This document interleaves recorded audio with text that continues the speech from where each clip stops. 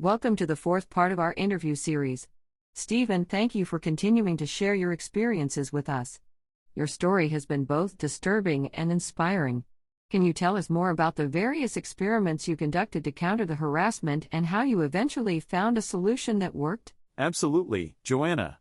After realizing that my initial Faraday box wasn't effective, I started experimenting with braided copper and tin copper shielding, as well as using ferrite beads and ferrite toroid rings. The ferrite beads alone didn't stop much of the pulses, but I found that covering the fan power cable with braided shielding and then tightly winding the power cable around a ferrite toroid ring about 10 times made a significant difference. I even used 2 rings, each wrapped 10 times. That sounds like a complex setup. How did these adjustments impact the harassment you were experiencing? The impact was quite positive. The offenders couldn't produce the annoying tones as effectively, and the overdrive noise wasn't present.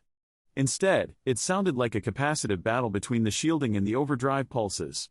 Surprisingly, this new sound was somewhat soothing, and I found that I could fall asleep to it. It wasn't a perfect solution, but it was a vast improvement.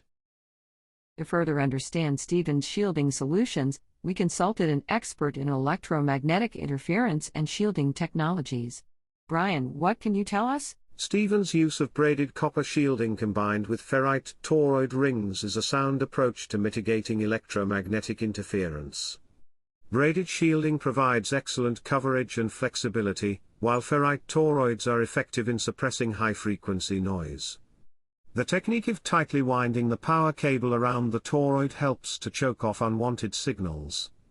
Although some residual interference may remain, the significant reduction in disruptive noise demonstrates the effectiveness of this method.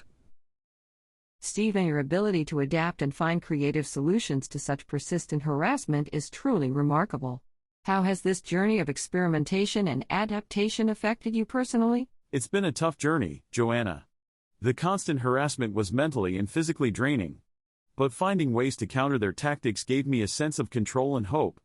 It showed me that even in the face of relentless adversity, there are ways to fight back and reclaim some peace. Your story is a testament to resilience and ingenuity. By sharing your experiences and solutions, you're not only helping yourself but also potentially guiding others who might be facing similar challenges. It's crucial to raise awareness about these types of harassment and their impact. In this fourth part of our series, we've explored Stephen's innovative shielding solutions and how they helped mitigate the disruptive effects of the offender's actions. Stay tuned for the next part, where we will delve into the broader implications of this harassment and discuss potential solutions and support systems for those affected. Stephen's story continues to highlight the relentless nature of technological harassment and the creative strategies required to combat it. By continuing this series, we aim to provide a comprehensive understanding and foster a dialogue that can lead to meaningful change.